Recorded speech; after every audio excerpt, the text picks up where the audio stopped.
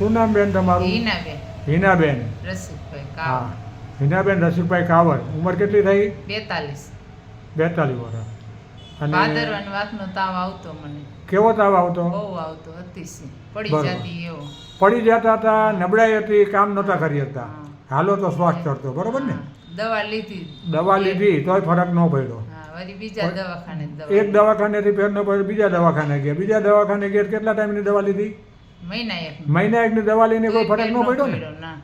ફરક ન પડ્યો ને છેલ્લે મારી પાસે આવ્યા તો તમને કેટલા દિવસમાં ફરક પડ્યો? પહેલે દિવસે જ ફેર પડી ગયો અને અત્યારે સારું થઈ ગયું. કેટલા દિવસ થયા? 3-4 દિવસ થઈ 4 દિવસ થયા. તમને છે ને, અને બીજું ડૉક્ટરે કીધું ફેફસામાં પાણી ભરાઈ ગયું? હા, એ કીધું હતું. ફેફસામાં પાણી ભરાઈ ગયું એટલે મારી દ્રષ્ટિએ નિમોનિયા કહેવાય. નિમોનિયા ગણો, સ્વાઇન ફ્લૂ ગણો, બધા લક્ષણો એવા જ આવતા હોય. જો તમે એનું ધ્યાન નથી રાખતા તો બીજી વખત નિમોનિયા થઈ જાય ને તો તમે સિરિયસ બની જઈ શકો.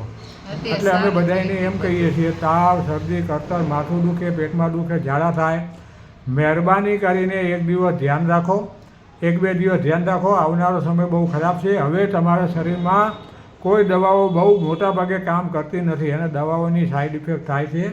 2-3 દિવસ તમે ધ્યાન રાખો ને, 2-3 દિવસ ધ્યાન રાખો. મેં તમને કાંઈ દવા આપી હતી? ના ના. ખાલી ખાવા પીવામાં ફેરફાર કરી દીધો ને, હા. અને ફિઝિયોથેરાપી તમને ટ્રીટમેન્ટ આપી હતી, બરાબર છે? 4 દિવસમાં સારું થઈ ગયું. સરસ એટલે થઈ ગયું. ખરેખર લોકોને, જેને આવા લોકો ખૂબ જ છે, આવનાર સમયમાં વધવાનું છે. હજી આવનારો શિયાળો, ઠંડી પડશે તો વળી પાછી ગરમી આવશે તો આવું બધું થાય જ. પણ શરૂઆતમાં 2-3 દિવસ તમે ધ્યાન રાખો. દવાઓનો ઉપર બહુ ભરોસા ન કરો. દવા પાછી મેં દઈ હા, દીધી. દવા પાછી દઈ દીધી ને? હા.